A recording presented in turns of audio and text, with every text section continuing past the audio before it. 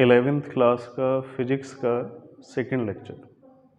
First lecture में differentiation कैसे किया जाता है, डिफरेंशिएशन का फॉर्मूला क्या होता है और कौन कौन से फॉर्मूले होते हैं जिनका यूज़ करके किसी भी डिफरेंशियल एक्सप्रेशन को या इक्वेशन को सॉल्व किया जाता है, ये मैंने लास्ट वीडियो में बता दिया था।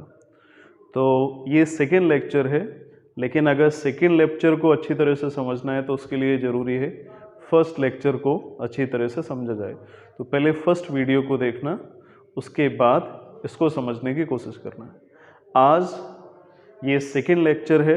कुछ स्टूडेंट को ये और प्रॉब्लम आ रही है कि उनको लग रहा है कि ये शायद मैथ्स का पार्ट है। ये मैथ्स का पार्ट नहीं है, मेन फिजिक्स का है। हम फिजिक्स के अकॉर्डिंग बता रहे हैं। अगर हम मैथ्स के अकॉर्डिंग बताते तो उसमें 11 फार्मूले नहीं बता रहे होते फर्स्ट लेक्चर में। मैथ्स के लिए डिफरेंशिएशन के बहुत सारे फार्मूले हैं, है ना। और केवल अगर 11th क्लास की फिजिक्स के रिस्पेक्ट में देखें तो इतने ही फार्मूले अभी सफिशिएंट है, ठीक है। तो हम फिजिक्स के अकॉर्डिंग चल रहे हैं और ये टॉपिक इसलिए करा रहे हैं जिससे डेरिवेटिव के क्वेश्चन कर पाओ। तो डेरिवेटिव के क्वेश्चंस को इजी करने के लिए ये मेथड सबसे पहले मैंने स्टार्ट किया। इसके बाद डेरिवेशन कराना स्टार्ट करेंगे और डेरिवेशन के बाद डेरिवेटिव के बाद जो टॉपिक होगा सेकंड, वो इंटीग्रेशन होगा। और इंटीग्रेशन का भी यूज़ होता है फिजिक्स के डेरिवेटिव्स में। तो पहले डिफरेंशिएशन और सेकंड इंटीग्रेशन, इन दोनों को हमें क्लियर करना है अगर फिजिक्स के डेरिवेटिव्स को समझना है। तो डिफरेंशिएशन फार्मूला, ये देखो इसमें फर्स्ट टर्म आ रहा है। तो डिफरेंशिएशन फार्मूला को हम एंटी इंटीग्रेशन बोलते हैं, एंटी इंटीग्रेशन। और इंटीग्रेशन फार्मूला को एंटी डेरिवेटिव फार्मूला बोलते हैं। ये एंटी डेरिवेटिव। डिफरेंशिएशन फार्मूला पढ़ लिया था, ये इंटीग्रेशन के फार्मूला है। अब एक कंफ्यूजन इसी में भी आ जाता है कि हम कौन कौन से फार्मूला याद करें, डिफरेंशिएशन के या इंटीग्रेशन के। मैं बोलता हूँ केवल एक ही फार्मूला तैयार करो और मैं अभी बताता हूँ कि डिफरेंशिएशन से इंटीग्रेशन के फार्मूले को कैसे निकाला जाता है। याद रखने का मेथड समझ लो। सबसे पहला पॉइंट, डिफरेंशिएशन को हम एंटी इंटीग्रेशन बोलते हैं। मीन्स डिफरेंशिएशन का जस्ट ऑपोजिट होता है इंटीग्रेशन, और इंटीग्रेशन का ये सिंबल है, ठीक है। अगर इस तरह का सिंबल आएगा तो इसका मतलब इंटीग्रेशन है। डिफरेंशिएशन का सिंबल डी है। डी जहां पे आएगा फंक्शन से पहले तो डिफरेंशिएशन होगा, और किसी भी फंक्शन से पहले इस तरह का साइन आएगा तो उसको हम इंटीग्रेशन बोलेंगे। x to the power n, इसका डिफरेंशिएशन किया x to the power n का, तो रूल क्या होता है, पावर आगे आएगी और एक पावर लेस होगी। और इंटीग्रेशन में पहले तो सिंबल आ जाता है इंटीग्रेशन का, और फंक्शन था x to the power n का, इसलिए x के रिस्पेक्ट में इंटीग्रेट किया। अब इसमें x के रिस्पेक्ट में जब डिफरेंशिएट किया जाता है तो अपॉन में आता है, और जब इंटीग्रेट किया जाता है तो इसमें मल्टीप्लाई में आ जाता है, यानी इनटू के फॉर्म में आ जाता है। एक्चुअल में ये इनटू नहीं हो रहा होता है, बस रिप्रेजेंटेशन है। x to the power n dx, तो इसमें पावर में 1 ऐड होता है और ऐड करने के बाद जो वैल्यू आती है वही अपॉन में आ जाता है। इसमें क्या था कि पावर आगे आती है और एक पावर लेस होती है। इसमें जो भी पावर होगी उसमें 1 ऐड होगा, और 1 ऐड होने के बाद जो नंबर आएगा वही अपॉन में आ जाता है, ठीक है। अभी मैं c के बारे में बताऊंगा कि मैंने c क्यों लिखा है। एक एग्जाम्पल ले लेते हैं इसका। जैसे एक्स स्क्वायर dx लिखा हुआ है, ये इंटीग्रेशन है। एक्स स्क्वायर का फंक्शन यानी x वेरिएबल का फंक्शन था, इसलिए x के रिस्पेक्ट में इंटीग्रेट कर दिया। तो रूल क्या होता है इंटीग्रेशन का, 2 लिखा हुआ है तो एक पावर ऐड करेंगे और जो पावर बन जाती है उसी को अपॉन में लिख देते हैं। Means x to the power 3 upon 3, लेकिन c लगा देते हैं, ठीक है। अभी देखते जाओ c क्यों लिखा है, मैं आगे बताऊंगा। ये पूरा इरेज कर दूं उसके बाद, ठीक है। तो इंटीग्रेशन में पावर ऐड होती है और ऐड करने के बाद जो पावर आती है वही डिनोमिनेटर में आ जाती है। इसमें क्या होता है कि पावर आगे आती है और एक पावर लेस होती है। अब second a to the power x था, तो a to the power x is equal to a to the power x log base a। अच्छा, डिफरेंशिएशन में जो वैल्यू मल्टीप्लाई में आती है वो इंटीग्रेशन में अपॉन में आ जाती है। जैसे डिफरेंशिएशन अगर हम साइन 2x का करें तो साइन 2x का डिफरेंशिएशन साइन का फंक्शन है, तो साइन का डिफरेंशिएशन होता है cos 2x। फॉर्मूला तो साइन x का होता है, ये एक्स्ट्रा आ गया है और एक्स्ट्रा आ गया है तो इसका फिर से होगा, ये फर्स्ट लेक्चर में देखा था, जो एक्स्ट्रा आ जाए, जो फॉर्मूले से डिफरेंट आ जाए उसका दोबारा कर देते हैं। cos 2x और 2x था, x का 1 होगा तो 2 cos 2x आ गया, मतलब जो फॉर्मूले में एक्स्ट्रा था वो अपॉन में आ गया, सॉरी इनटू में आ गया। अब इंटीग्रेशन में क्या था, साइन 2x लिखा हुआ है, साइन 2x। अब इसका इंटीग्रेट किया तो आएगी वैल्यू माइनस cos 2x। देखो साइन x का माइनस cos 2x होता है, तो साइन 2x का माइनस 2x और 2x का फिर से होगा अपॉन में 2 आ गया। तो जो इंटीग्रेशन डिफरेंशिएशन में वैल्यू इनटू में आएगी फंक्शन के साथ, वही इंटीग्रेशन में वैल्यू अपॉन में आ जाती है। ऐसा क्यों होता है, अगर समझना है तो कुछ टाइम के बाद हम 12th क्लास के इंटीग्रेशन की सीरीज भी स्टार्ट करेंगे, उसमें पूरा इंटीग्रेशन डिटेल में बताएंगे। अगर इसको डिटेल में समझना है तो उसके लिए उन क्लासेस को YouTube चैनल पे देख सकते हो कुछ टाइम के बाद। तो डिफरेंशिएशन में फंक्शन के साथ इनटू में वैल्यू आ जाती है जो एक्स्ट्रा होती है, और इंटीग्रेशन में वही वैल्यू अपॉन में आ जाती है। इसके बाद लॉग का है तो सिंगल लॉग का इंटीग्रेशन होता नहीं है। अब क्यों इंटीग्रेशन नहीं होता है वो हम उसी वीडियो में बताएंगे। उस वीडियो के लिए वेट करना, और तभी हम उससे पहले ही या उसके आसपास ही लॉग का एक क्लास रखेंगे, उसमें लॉग के बारे में बताएंगे, ठीक है। क्योंकि डिफरेंशिएशन के जब क्वेश्चन मैंने कराए थे तो उसमें लॉग आया था, तो लॉग में थोड़ा कन्फ्यूजन आ रहा होगा, उसके लिए आगे क्लास रखेंगे तब देखना। तो लॉग का इंटीग्रेशन होता नहीं है। साइन x का integration minus cos x, sine x का integration minus cos x, because sine x का डिफरेंशिएशन cos x, और ये जो डिफरेंशिएशन है उसका जस्ट ऑपोजिट होता है इंटीग्रेशन। तो साइन x का cos x डिफरेंशिएशन, तो cos x का इंटीग्रेशन आएगा, फिर cos x का इंटीग्रेशन आएगा साइन x, तो साइन x का माइनस cos x का sine x। sec square x का just opposite tan x, sec square x का tan x। cosec square x का minus cot x, cosec square x minus cot x, opposite हो गया। sec x into tan x sec x आएगा, sec x into tan x sec x आएगा। cosec x minus cosec x into cot x, तो minus cosec x into cot x cosec x आ गया, opposite हो गया। e to the power x का same होता है, e to the power x मैंने नहीं लिखा है, लेकिन इंटीग्रेशन और डिफरेंशिएशन दोनों ही सेम होता है, मैं इधर लिख देता हूँ। e to the power x का integration e to the power x होगा, ठीक है। log x का डिफरेंशिएशन होता है, लेकिन log के जितने भी फंक्शन हैं उनका डायरेक्ट कभी भी इंटीग्रेशन नहीं होता है। ये मैंने बोला है कि हम आगे जो वीडियो बनाएंगे उसमें बहुत ब्रीफली एक्सप्लेन करेंगे। तो अभी 1 2 3 4 5 6 यानी 1 to 6 ये ऐसे फॉर्मूले हैं जो इसमें, ये फॉर्मूला हो गया, ये फॉर्मूला थर्ड, फोर्थ, फिफ्थ और सिक्स, इसके जस्ट ऑपोजिट लिखे हैं बस। कॉस का इधर देखो साइन लिखा हुआ है, तो साइन है तो इसका माइनस कॉस लिखा हुआ है, ये ऑपोजिट है, मतलब फर्स्ट वाला सेकंड प्लेस पे, सेकंड वाला फर्स्ट प्लेस पे। देखो कॉस का साइन लिखा हुआ है तो कॉस का साइन लिखा है, और साइन का कॉस लिखा है माइनस है तो साइन का माइनस कॉस आ गया, ठीक है। इसके just opposite, just opposite, just opposite, just opposite, क्योंकि डिफरेंशिएशन का जस्ट ऑपोजिट एंटी इंटीग्रेशन होता है। अब इसके बाद log sec x का अगर डिफरेंशिएशन करेंगे तो tan x आएगा, और tan x का अगर इंटीग्रेशन करेंगे तो log sec x आ जाएगा। इसका डिफरेंशिएशन करके चेक कर लेते हैं, d upon D x sec x,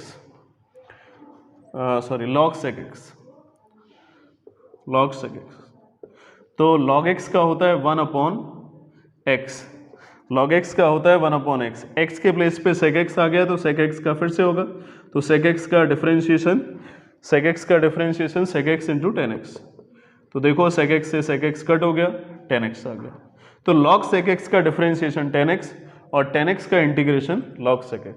ऐसे ही log sin x का डिफरेंशिएशन cot x और cot x का इंटीग्रेशन ये होगा। ऐसे इसका डिफरेंशिएशन sec x और sec x का इंटीग्रेशन ये होगा। इसका डिफरेंशिएशन करके निकालोगे तो cosec x आएगा, cosec x का इंटीग्रेशन ये होगा। e to the power x का इंटीग्रेशन और डिफरेंशिएशन सेम होता है। वैसे ये फंक्शन है, अगर हम इसका डिफरेंशिएशन करेंगे ये आएगा और इसका इंटीग्रेशन करेंगे तो ये आ जाएगा। तो इंटीग्रेशन का ऑपोजिट डिफरेंशिएशन, डिफरेंशिएशन का एंटी इंटीग्रेशन। ठीक है, अब इसके बाद हम इंटीग्रेशन के कुछ क्वेश्चन करेंगे और क्वेश्चन में ये फॉर्मूला कैसे इंप्लीमेंट होता है इसको समझेंगे।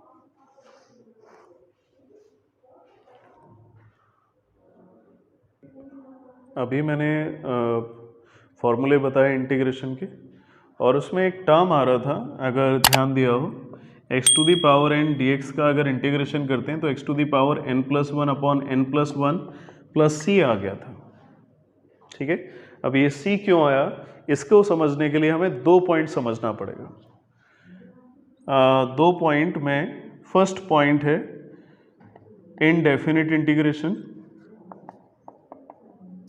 इनडेफिनिट इंटीग्रेशन, और सेकंड पॉइंट है डेफिनिट इंटीग्रेशन।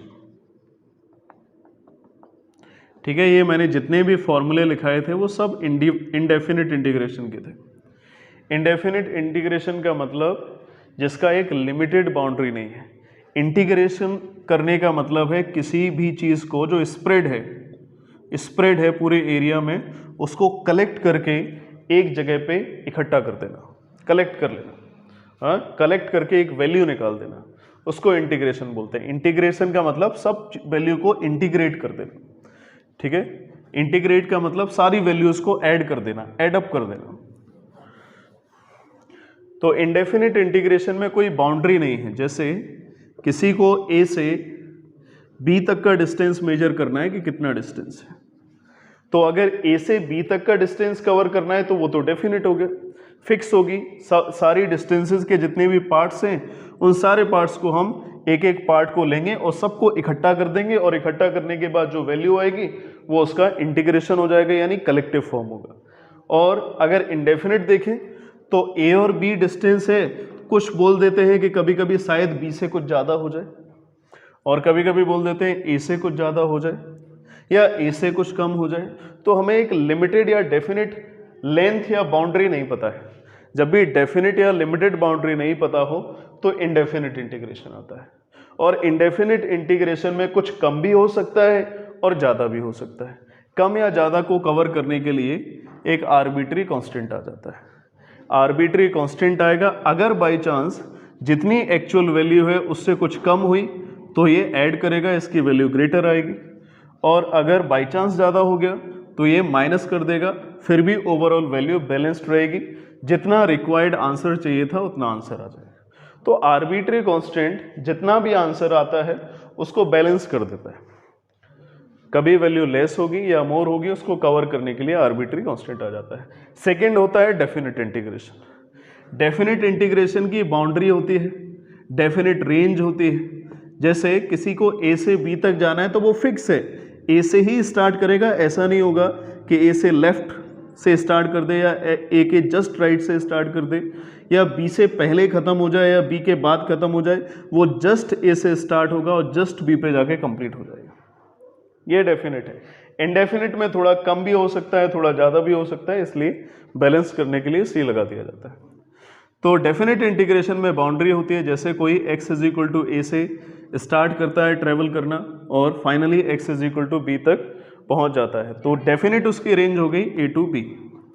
और a to b है, अगर इसका फंक्शन का इंटीग्रेशन करेंगे तो इंटीग्रेशन सेम होगा, इंटीग्रेशन के फॉर्मूले सेम रहेंगे, बस इसमें आर्बिट्री कांस्टेंट नहीं आएगा। आर्बिट्री कांस्टेंट इसलिए नहीं आएगा कि इसकी एक डेफिनेट रेंज है। आर्बिट्री कांस्टेंट कब आता है? जब लेंथ एग्जैक्ट ना पता हो, कम या ज़्यादा हो, तो उसको कवर कर लिया जाता है सी से। इसमें ऑलरेडी हमें फिक्स्ड पता है कि ए से स्टार्ट करना है और बी तक जाना है, इसलिए आर्बिट्री कांस्टेंट नहीं आएगा। ए इसमें लोअर लिमिट है और बी अपर लिमिट है। लोअर लिमिट को ए लिखा, डाउन साइड लिखेंगे, और बी को अपर साइड लिखेंगे, और पहले अपर लिमिट की वैल्यू को पुट करेंगे, कांस्टेंट को बाहर निकाल दिया, 1/n+1। x के प्लेस पे ये वैल्यू को पुट किया जाता है क्योंकि x के रिस्पेक्ट में इंटीग्रेशन किया जा रहा है। तो b को पुट किया b to the power n+1, फिर a को पुट किया a to the power n+1। दोनों को कनेक्ट करने के लिए माइनस साइन लगा देते हैं।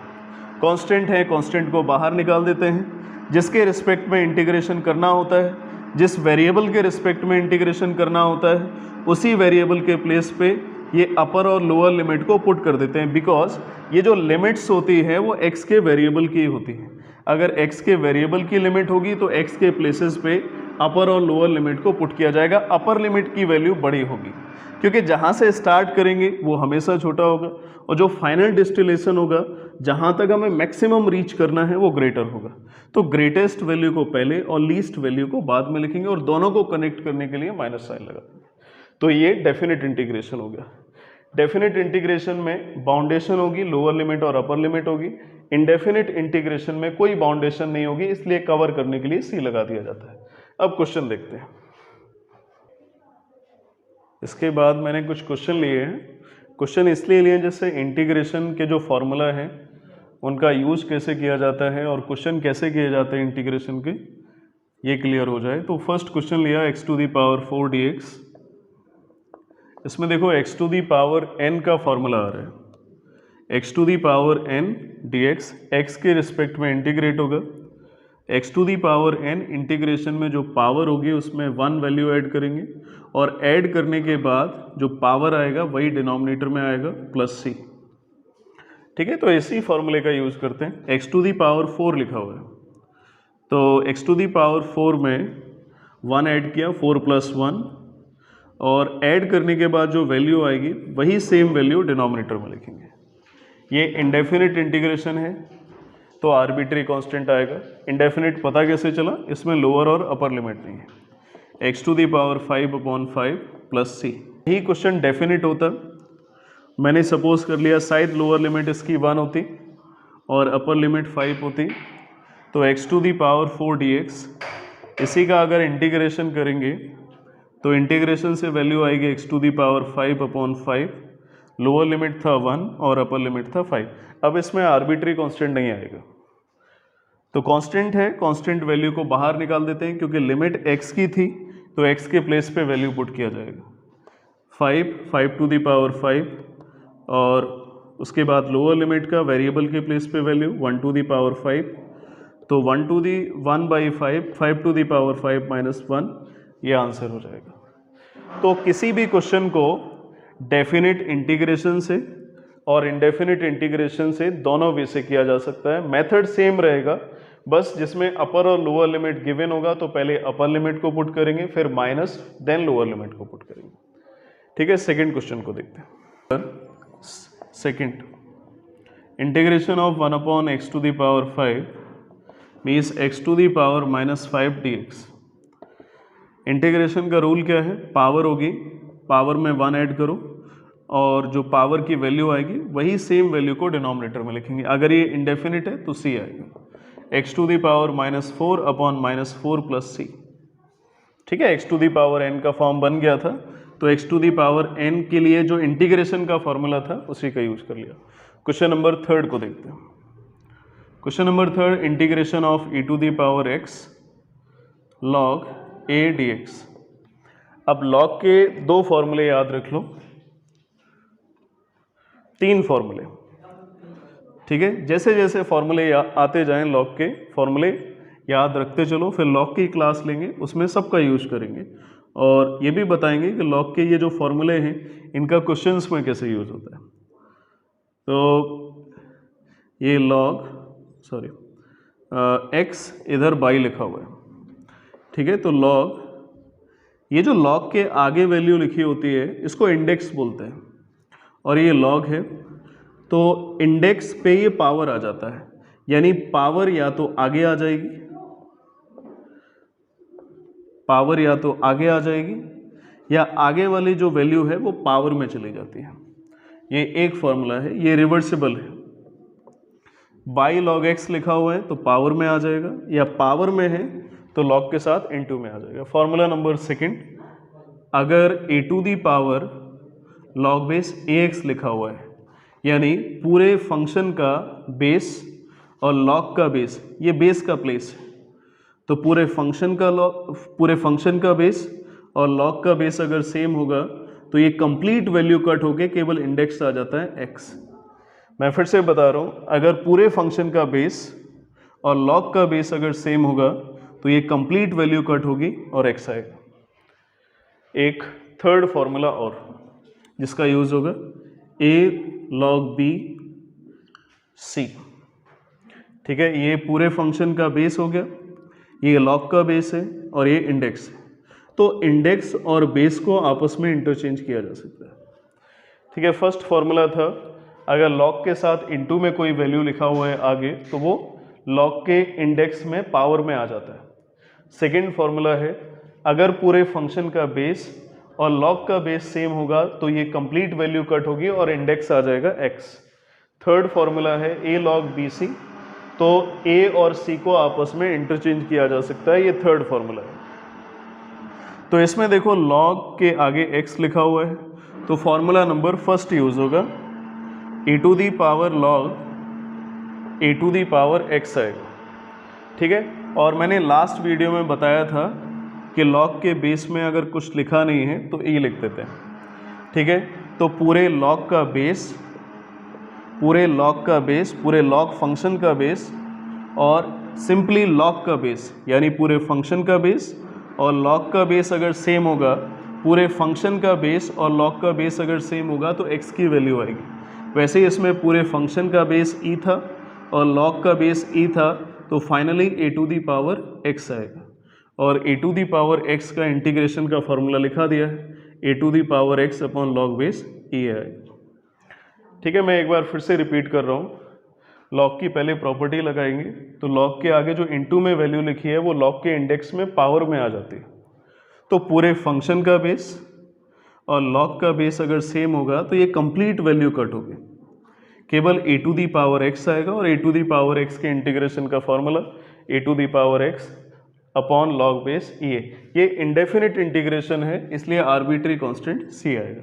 अगर डेफिनेट इंटीग्रेशन होता तो अपर और लोअर लिमिट गिवन होता और अपर और लोअर लिमिट की वैल्यू पुट करते, इसमें सब्स्टिट्यूट करने के बाद ऑपरेशन आता और सॉल्व करने के बाद आंसर आ जाता।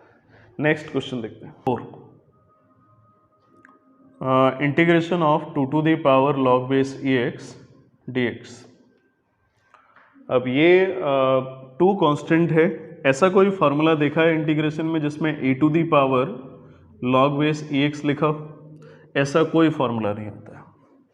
तो अगर ऐसा कोई फार्मूला नहीं होगा तो log की एक हम प्रॉपर्टी का यूज़ करेंगे जिसमें a log base b c बताया था, जिसमें log का इंडेक्स और पूरे फंक्शन का बेस आपस में इंटरचेंज करेंगे तो c log b और a आ जाएगा। इसको आपस में इंटरचेंज कर दिया। इंटरचेंज करने से बेनिफिट ये होगा कि बेस के प्लेस पे x आ जाएगा और बेस के प्लेस पे अगर x आता है तो फॉर्मूला बनेगा, मैं बताऊंगा क्या फॉर्मूला बनेगा। पहले तो इसमें log की प्रॉपर्टी लगा दी, x log बेस e2 और dx। अब देखो ये x to the power n का फॉर्मूला हो गया, ये वेरिएबल है और log 2 कांस्टेंट होता है। log 2 की एक न्यूमेरिकल वैल्यू होती है। log 2 की न्यूमेरिकल वैल्यू कैसे देखी जाती है, इसके लिए 11th क्लास की फिजिक्स की जो बुक्स हैं उनके लास्ट में log का एक टेबल है, उससे निकाल सकते हैं इस वैल्यू को। ठीक है, जब इसको पढ़ाएंगे तो बताएंगे। ये x to the power n का फॉर्मूला हो गया, x to the power n dx, और x to the power n dx में x to the power n+1 upon n+1 आता है। उसी कॉन्सेप्ट का यूज करेंगे। ये कांस्टेंट है x to the power log base e2 + 1 whole upon log base e2 + 1। ये कांस्टेंट था। Variable to the power constant का फॉर्मूला होता है इंटीग्रेशन में, पावर में 1 ऐड कर दिया और ऐड करने के बाद जो वैल्यू आती है वही डिनोमिनेटर में। इनडेफिनिट था, c लगा दिया, डेफिनेट होता तो वैल्यू पुट कर देते। ठीक है, अब क्वेश्चन नंबर 5 को देखते हैं। नंबर 5 इंटीग्रेशन ऑफ 1 माइनस, अभी एक नया पॉइंट आ गया cos 2x। cos 2x के 3 फार्मूलाज हैं, 1 minus 2 sin square x, 2 cos square x minus 1 and third cos square x minus sin square x। cos 2x के साथ अगर 1 आता है तो हम ऐसा फार्मूला लगाते हैं जिससे 1 कट हो जाता है। मैं फिर से रिपीट कर रहा हूँ, cos 2x के साथ अगर 1 आएगा तो cos 2x का ऐसा फॉर्मूला लगाएंगे कि जिससे ये 1 कट हो जाए। cos 2x के ये तीनों फॉर्मूले हैं, उसमें से कोई एक ऐसा फॉर्मूला सेलेक्ट करेंगे कि 1 कट हो जाए। तो 1 - 1 + 2 sin square x बाई 2, तो 1 से 1 कट हो गया और फाइनली 2 से 2 कट हो गया। dx साइन स्क्वायर x का स्क्वायर रूट लिया, sin x आएगा dx, और sin x का फॉर्मूला लिखाया था -cos x। ठीक है, इसमें एक नया टर्म आ गया है cos 2x। तो cos 2x के 3 फॉर्मूले होते हैं, लेकिन cos 2x के साथ अगर 1 आएगा तो हमेशा याद रखना है कि हमें ऐसा फॉर्मूला लगाना है कि 1 कट हो जाए। इसे मैं बार बार रिपीट करूंगा 11th क्लास में, तो अभी से याद रख लो। cos 2x के साथ अगर 1 आता है तो cos 2x का ऐसा फॉर्मूला लगाओ कि 1 चला जाए। 1 - sin square x अगर लिखेंगे तो 1 चला जाएगा, और सॉल्व करके फाइनली ये आंसर आ गया। क्वेश्चन नंबर 6 देखते हैं। Integration of x upon m plus m upon x, x to the power m plus m to the power x। ये अच्छा क्वेश्चन है, ये कई पॉइंट्स को कवर करेगा और इंटीग्रेशन का कॉन्सेप्ट भी क्लियर होगा। तो इंटीग्रेशन का सिंबल आगे लिखा हुआ है और इसमें 4 फंक्शन है, तो सारे फंक्शन को सेपरेट कर लिया। x upon m dx, integration of m upon x dx, third function x to the power m dx, and fourth function m to the power x dx। x के respect में integration किया जा रहा था, तो ये x फंक्शन का ही integration होगा, और m कांस्टेंट था, m को बाहर निकाल दिया, x dx। इसमें देखो x के रिस्पेक्ट में इंटीग्रेट करेंगे तो जो कांस्टेंट होगा उसको बाहर निकाल दिया, m कांस्टेंट था, 1 upon x dx plus x to the power m dx plus integration of m to the power x dx। 1 upon m, x to the power 1 लिखा हुआ है, तो x टू द पावर 1 में, और integration में क्या होता है कि 1 ऐड कर दिया जाता है। 1 है, 1 में 1 ऐड किया, 2 आएगा, और जो न्यूमरेटर में पावर आती है वही डिनोमिनेटर में, प्लस m। 1 अपॉन x का इंटीग्रेशन log x होता है, याद रखना है इसको। log x का इंटीग्रेशन का फॉर्मूला नहीं होता है, लेकिन 1 अपॉन x का इंटीग्रेशन log x होता है। ये x to the power constant का फॉर्मूला है। x to the power constant का मतलब x to the power n का फॉर्मूला है। तो x to the power n के फॉर्मूले में क्या होता है, पावर कांस्टेंट है तो पावर में 1 ऐड किया, और ऐड करने के बाद जो पावर में वैल्यू आएगी वही डिनोमिनेटर में। ये कांस्टेंट टू दी वेरिएबल का फॉर्मूला है। Constant to the power variable में आता है e to the power x, तो ये e to the power x में जो इंटीग्रेशन की वैल्यू निकल के आती है वो होती है e to the power x upon log base e। मतलब ये सेम वैल्यू आ जाती है और डिनोमिनेटर में आता है लॉग बेस e, और जो बेस में लिखी हुई होती है वही इंडेक्स में आ जाती है वैल्यू। तो m to the power x upon log base e m आएगा, कांस्टेंट a आ जाता है। जैसे a था, a आ गया, वैसे यहाँ पे m था, और इंडेफिनिट था तो c आ जाएगा। मैं सारे क्वेश्चन इंडेफिनिट ही ले रहा हूँ, और डेफिनिट में बस थोड़ा सा चेंज करना है। अपर लिमिट की वैल्यू को फंक्शन में पुट करते हैं, लोअर लिमिट की वैल्यू को पुट करते हैं, और उसमें आर्बिट्री कांस्टेंट नहीं आता है, मैंने बता दिया था स्टार्टिंग में। अब 2 क्वेश्चन और बचे, इन दोनों क्वेश्चन को देख लेते हैं, फिर फिजिक्स का एक टॉपिक लेंगे और उसका डेरिवेशन करेंगे। Integration of root of x minus 1 upon root of x whole square dx, ये a minus b whole square का फॉर्मूला हो गया। तो पहले होल स्क्वायर ओपन कर लेते हैं। First number square plus second number square और -2 into root x into 1 upon root x d x. Root x से रूट एक्स कट हो गया। रूट एक्स स्क्वायर एक्स आएगा, 1 upon root x square 1 upon x -2 whole integration of d x. 3 function है, तीनों function को separate किया, d x, second function का integration d x, third function integration d x. X का integration x to the power 1 लिखा हुआ है, तो 1 में 1 ऐड किया, 2 अपॉन 2 आएगा। 1 अपॉन एक्स का इंटीग्रेशन याद रखना लॉग एक्स होता है। मैं फिर से रिपीट कर दूं, लॉग एक्स का इंटीग्रेशन नहीं होता है, 1 अपॉन एक्स का इंटीग्रेशन लॉग एक्स होता है। -2 यहाँ पे 1 आ गया डी एक्स। इसको मैं एक्सप्लेन कर रहा हूँ, देखो एक स्टेप और लिखेंगे, x square by 2 log x -1। 2 को बाहर इसलिए निकाल दिया क्योंकि x के रिस्पेक्ट में x ही वेरिएबल का इंटीग्रेशन होता है, और 1 को लिखा x to the power 0 dx। ठीक है, any number power 0 value 1, x square by 2 log x minus 2 x to the power 0, x to the power 0 का मतलब x to the power 0 plus 1, 1/1 means x आएगा। तो आज से याद रखोगे 1 dx का अगर हम इंटीग्रेशन करेंगे तो इंटीग्रेशन से d कट हो जाता है और केवल x आ जाता है, क्योंकि इंटीग्रेशन और डिफरेंशिएशन आपस में एंटी होते हैं तो एक दूसरे से कैंसिल होंगे और केवल x आ जाएगा। या फिर ऐसे याद रख लो 1 का मतलब होता है x to the power 0, x to the power n का फॉर्म हो गया तो प्लस 1 किया और x टू दी पावर 1 आएगा अपॉन 1 मीन्स x वैल्यू आ जाएगी। क्वेश्चन नंबर 8 तो देख लेते हैं। 8th integration of x to the power 5 x to the power minus 2 plus 2 upon x square d x. Denominator तीनों के लिए वर्क करेगा क्योंकि होल है। फर्स्ट से डिवाइड किया dx, सेकेंड को डिवाइड किया dx, थर्ड को डिवाइड किया dx। एक्सपोनेंट पावर की प्रॉपर्टी का यूज़ किया, 5 माइनस 2 पावर 3 आएगा।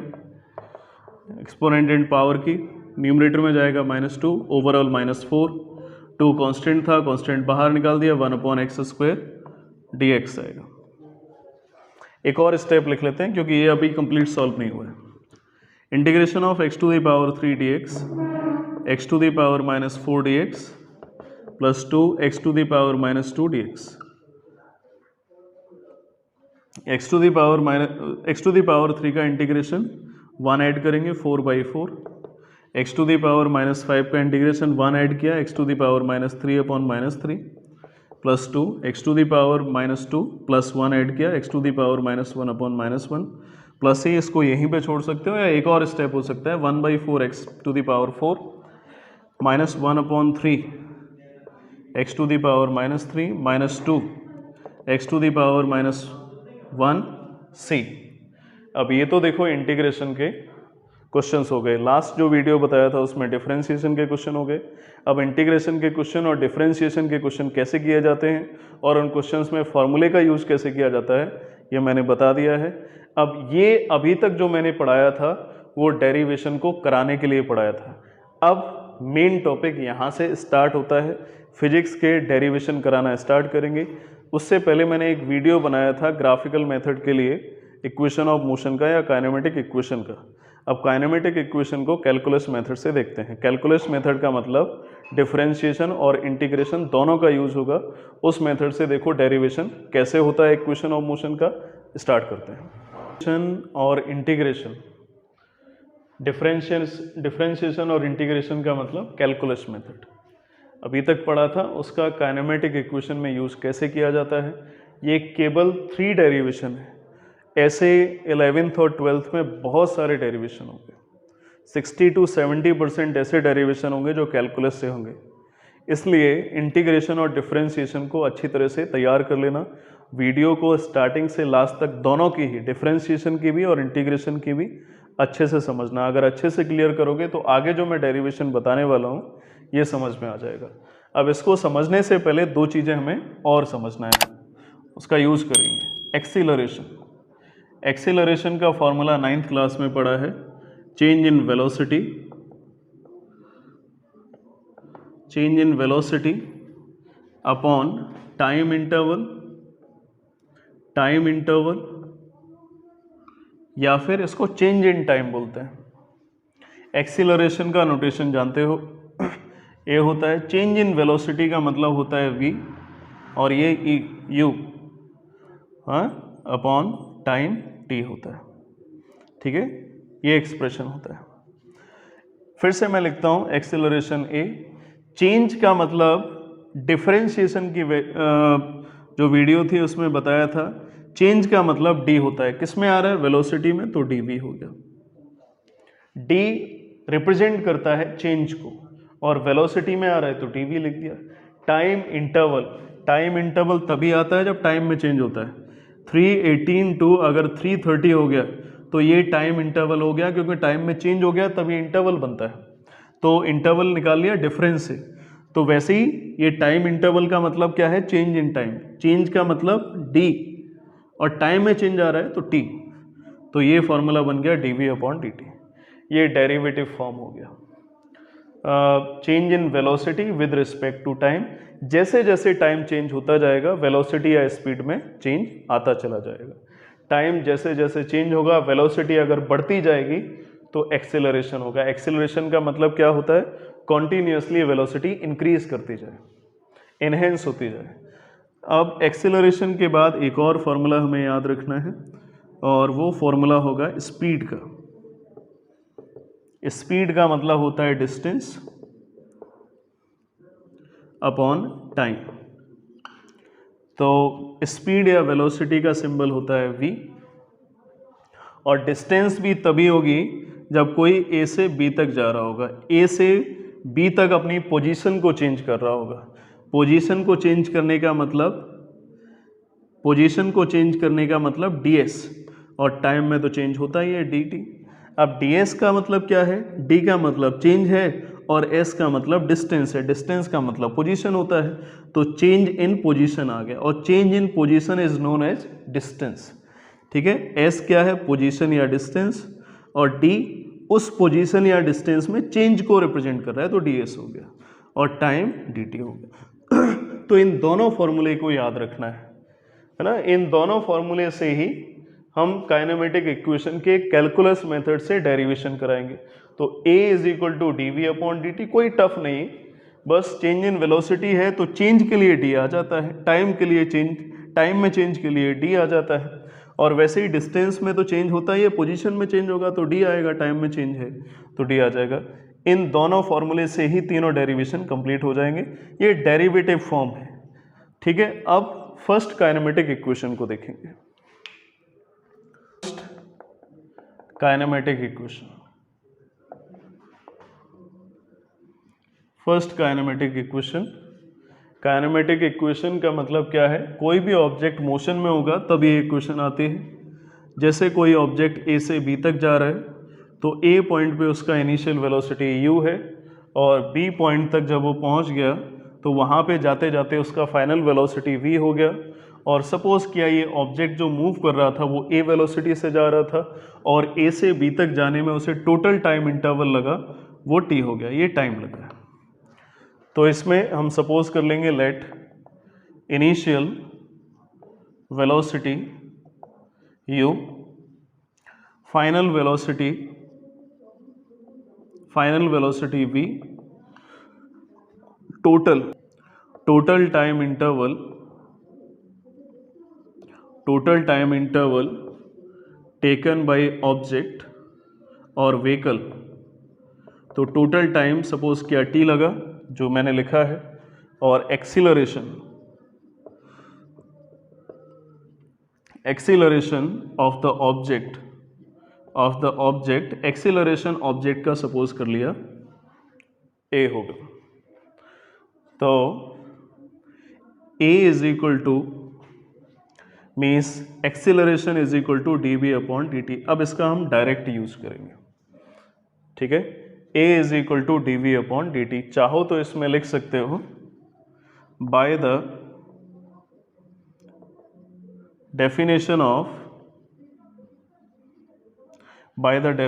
ऑफ एक्सीलरेशन, इतना लिख सकते हो। ये एक्सीलरेशन की डेफिनेशन से ही निकल के आया, because acceleration is equal to change in velocity upon change in time होता है। तो चेंज का मतलब d होता है, टाइम में भी चेंज के लिए d होता है, इसलिए d लगा दिया, डेरिवेटिव फॉर्म आ गया। इसका क्रॉस मल्टीप्लाई किया तो dv is equal to a dt आ गया। और लेकिन फॉर्मूला देखो होता है v is equal to u plus at। इसमें ना तो आगे d आता है, ना इनिशियल वेलोसिटी में d आता है, ना फाइनल में आता है, ना टाइम में आता है, इसमें d लिखा हुआ है, तो हमें d हटाना है। d का मतलब एक्चुअल में होता है डेरिवेटिव। ठीक है, तो डेरिवेटिव हटाना है, तो डेरिवेटिव को हटाने के लिए इंटीग्रेशन को लेके आएंगे, क्योंकि इंटीग्रेशन क्या होता है? डिफरेंशिएशन का ऑपोजिट होता है। ठीक है, तो जैसे ही इंटीग्रेशन को लेके आएंगे ये डेरिवेटिव चला जाएगा, क्योंकि दोनों ही एक दूसरे के अपोजिट होते हैं, अपोज करेंगे। तो टेकिंग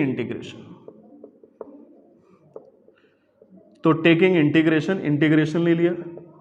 अब इंटीग्रेशन लिया तो इंटीग्रेशन का ये सिंबल आ जाएगा दोनों साइड। ठीक है, इंटीग्रेशन मैंने क्यों लिया? क्योंकि हमें d को हटाना है, और d इंटीग्रेशन से कैसे हट जाएगा? बिकॉज डिफरेंशिएशन का जस्ट ऑपोजिट होता है इंटीग्रेशन। इंटीग्रेशन डिफरेंशिएशन को कट कर देगा तो d चला जाएगा और इससे फाइनली जो रिक्वायर्ड इक्वेशन है v is equal to u plus a t वो आ जाएगी। तो इंटीग्रेशन से d कट हो गया, इंटीग्रेशन और डेरिवेटिव एंटी होते हैं, लेकिन कट होगा, लेकिन हमें ये भी देखना पड़ेगा कि इंटीग्रेशन कहाँ से कहाँ तक लिया जाता है, क्या ये डेफिनिट है या इनडेफिनिट है। तो देखो ऑब्जेक्ट कहाँ से स्टार्ट करता है, u से, कहाँ तक जाता है v तक, तो इसमें वेलोसिटी की एक लिमिटेशन है, बाउंड्री है, तो डेफिनेट इंटीग्रेशन आएगा, इनिशियली स्टार्ट करेगा u से और फाइनली जाएगा v तक, फाइनली जाएगा v तक। और टाइम, कोई भी ऑब्जेक्ट जहाँ से ट्रेवल करना स्टार्ट करता है वो टाइम 0 ही होता है, और जहाँ तक टाइम कवर किया वो t हो गया। मतलब मेरा कहने का है कि जैसे ऑब्जेक्ट 4 o'clock से 4:20 तक गया तो इसने डिस्टेंस कवर कर ली 20 मिनट्स की, जहाँ से स्टार्ट होता है वो 0 होता है, और कितना टाइम ले लिया इसने, 20 मिनट्स का ले लिया। जैसे कोई ऑब्जेक्ट 5:10 से चला था और 5:25 तक गया तो इसने टाइम कवर किया टोटल 15 मिनट, क्योंकि यहाँ से उसने 0 से कैलकुलेट करना स्टार्ट किया, तभी 5:10 से 5:25 तक 15 मिनट्स हो गया। तो जहाँ से टाइम स्टार्ट होगा वो हमेशा 0 होगा, इनिशियल टाइम इंटरवल 0, और जहाँ तक जाएगा वो सपोज कर लिया टाइम इंटरवल के टी के इक्वल। तो इंटीग्रेशन लिया तो इंटीग्रेशन लेंगे तो इंटीग्रेशन से डी कट हो जाएगा, ओनली v आएगा, u अपर लिमिट v था, लोअर लिमिट u था, a कांस्टेंट था बाहर निकाल दिया, इंटीग्रेशन से d कट होगा, यहाँ पे t आएगा, लोअर लिमिट अपर लिमिट, पहले अपर लिमिट को पुट किया v के प्लेस पे, अगर v को पुट करेंगे तो v आएगा, v के प्लेस पे अगर u को पुट करेंगे तो u आ जाएगा, is equal to a, t के प्लेस पे t को पुट किया तो t आएगा, और t के प्लेस पे अगर 0 को पुट किया तो 0 आएगा, v minus u is equal to a t, so v is equal to u plus a t. यहाँ से थोड़ा कन्फ्यूजन आ सकता है कि देखो रूल ये होता है कि ये जो इंटीग्रेशन किया है, इंटीग्रेशन में जिसके रिस्पेक्ट में इंटीग्रेशन होता है उसी की लिमिट होती है, और इसमें फंक्शन निकल के आ गया है v, फंक्शन निकल के आ गया है v, तो लिमिट भी इसी की है, इन्हीं वैल्यूज़ की है, इन्हीं वैल्यूज़ की जो लिमिट है, v की लिमिट है, उसी के प्लेस पे हम इस वैल्यू को पुट करेंगे। इंटीग्रेशन हुआ है v का, तो v के प्लेस पे ही इन वैल्यू को पुट किया जाएगा, तो v के प्लेस पे जब v को पुट करेंगे तो यहाँ पे v आएगा, और u की वैल्यू को अगर v के प्लेस पे पुट करेंगे तो v चला जाएगा और u आ जाएगा, यानी v को हटा रहे हैं और v के प्लेस पे अपर लिमिट और लोअर लिमिट को पुट कर रहे हैं, और दोनों को कनेक्ट करने के लिए माइनस साइन आ रहा है। वैसे ही अपर लिमिट की वैल्यू को यहाँ पे पुट किया तो t के प्लेस पे अगर t पुट किया तो ऑब्वियस है कि t आएगा, और t के प्लेस पे अगर 0 को पुट किया तो t के प्लेस पे 0 आ जाएगा, सिंप्लीफाई करके v is equal to u plus a t. ये फर्स्ट इक्वेशन ऑफ मोशन आ गया कैलकुलस मेथड से। कैलकुलस मेथड कैसे, क्योंकि इसमें d यानी डेरिवेटिव आ गया था और इंटीग्रेशन भी आ गया, तो डिफरेंशिएशन और इंटीग्रेशन दोनों आ गया, मतलब ये कैलकुलस मेथड हो गया। अब सेकंड और थर्ड इक्वेशन ऑफ मोशन बची है, सेकंड और थर्ड इक्वेशन ऑफ मोशन दोनों को ही हम नेक्स्ट लेक्चर में पढ़ाएंगे। तो फर्स्ट और सेकंड वीडियो को अच्छे से स्टार्टिंग से लास्ट तक समझो, जिससे जो थर्ड वीडियो आएगी वो और क्लियर होगी। Stay tune. Okay, thank you.